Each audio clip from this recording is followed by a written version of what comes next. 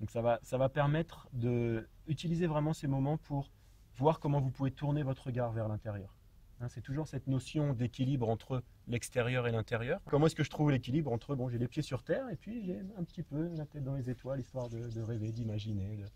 Donc on va trouver ce juste milieu. Donc entre l'extérieur et l'intérieur, on n'a aussi pas souvent l'habitude d'aller à l'intérieur de soi. Hein, justement parce qu'on parle, parce qu'on utilise tout un tas de choses dans notre vie de tous les jours, que dans le contexte dans lequel vous êtes aujourd'hui, vous n'allez pas avoir la possibilité d'utiliser, que ce soit la télé, la musique, etc. Donc c'est une des autres choses que je vous propose. Alors je sais qu'il y a un musicien dans le groupe.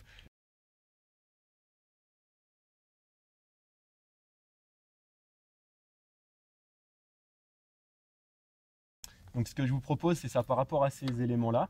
Encore une fois, c'est d'éviter ou de ne pas écouter de la musique, si vous avez vos téléphones, etc.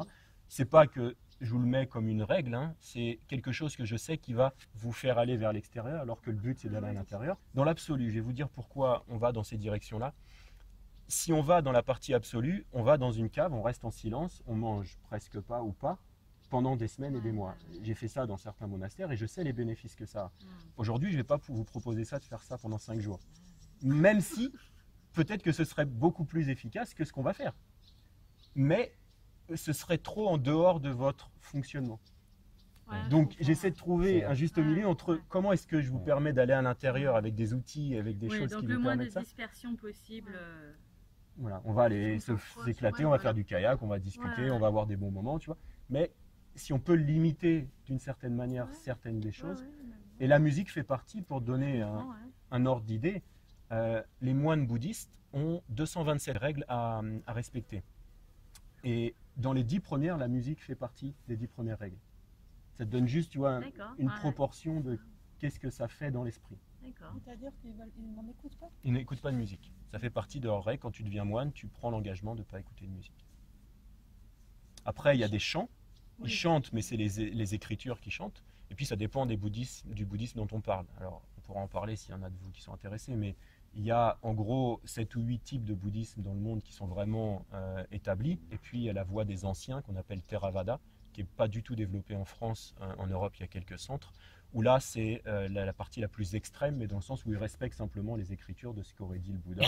Donc eux, ils respectent à la ligne, ils mangent une fois par jour, ils ont toutes les règles qu'ils appliquent à 100%, ce que font pas la plupart des autres traditions. Moi, j'ai eu la chance ou pas d'aller dans cette tradition qui était plus extrême, donc j'ai vu les effets de celle-là. Je ne sais pas les autres si c'est aussi efficace, mais en tout cas, j'ai vu que le fait de respecter ce type de règles amène certaines choses au niveau du fonctionnement de l'esprit. Oui, parce que ça, tu es à l'intérieur de toi.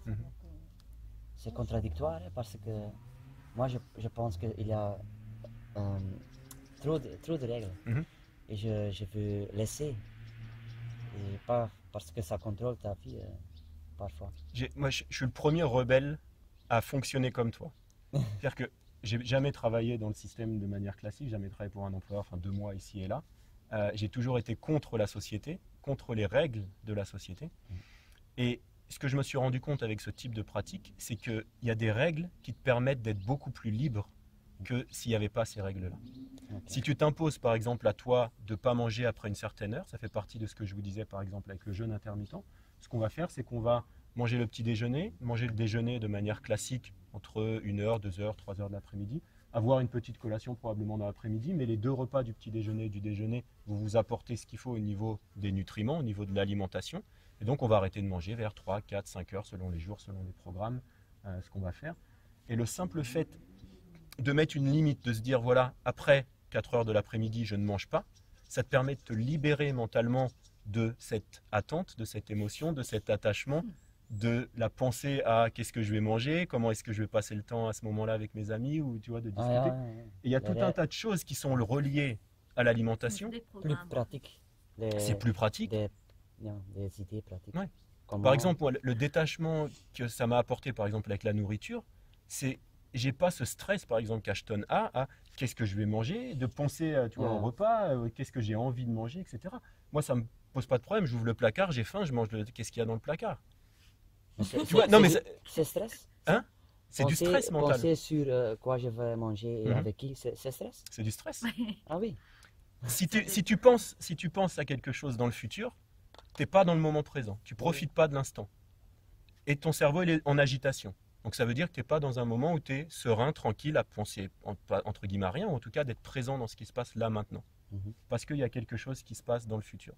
Bon, mais disons que c'est pas forcément obligatoirement un stress non plus, c'est pareil, parce que si tu as envie Ah encore oui, sortir c'est un le rendez-vous terme avec... partager un repas avec des amis, Ouais. donc ça fait partie des plaisirs qu'on peut avoir. Mais, Oui. mais j'entends aussi ce discours-là où tu n'es pas dans le stress de penser alors qu'est-ce que je vais manger, qu'est-ce que je vais faire. C'est tout le lâcher prise en fait. Ça fait partie. Se déprogrammer de nos habitudes, Ouais. en fait, c'est ça l'objectif. Ça libère, comme tu dis, ça Mais- libère. Et en fait, les choses se font. Quand- Et en fait, les choses, elles se font de toute façon. Si on veut partager un repas avec les amis, mais si on ne se met pas dans un état, ah, qu'est-ce que je vais faire, Non, machin. c'est plus... Si on se laisse aller, en fait. D'aller dans le je sais pas, flow et... Ouais. ou chez soi aussi, voilà, Mhm. qu'est-ce que je vais manger ce soir, machin.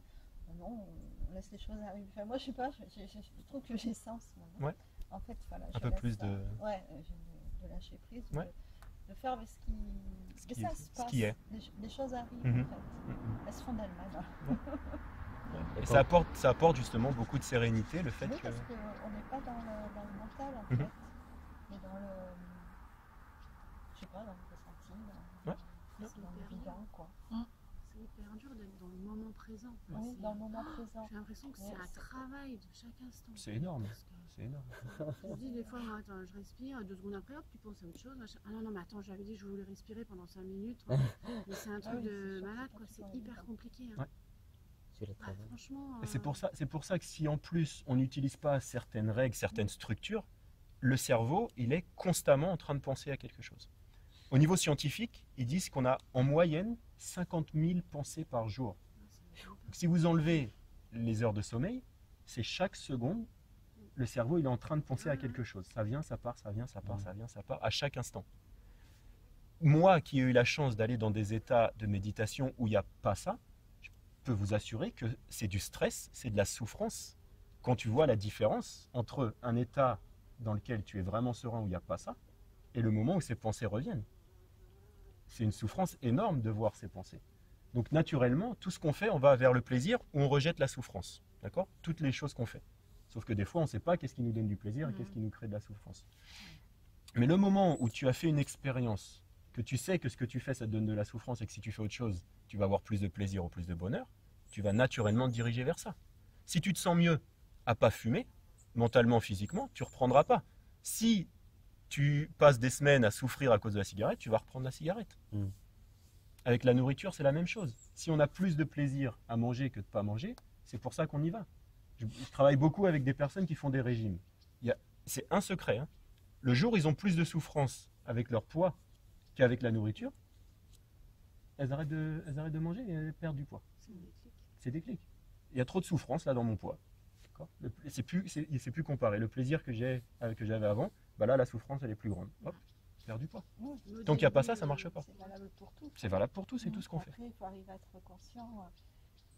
C'est là où il y a aussi des petites techniques, pas des techniques. Bien mais sûr. Un peu, oui. Bien parce sûr. que moi, je m'en suis trouvée une. J'ai une phrase, maintenant, je me dis une phrase, et Ouais. du coup, ça me recentre sur, justement, ça éloigne la souffrance. Mhm. Et ça apporte. Et je me connecte, alors tu parlais d'énergie, une sorte de connexion, je sais pas. Alors c'est aussi la spiritualité peut-être. Mhm. Et ben, je trouve que c'est vachement bien. Ouais. Exact.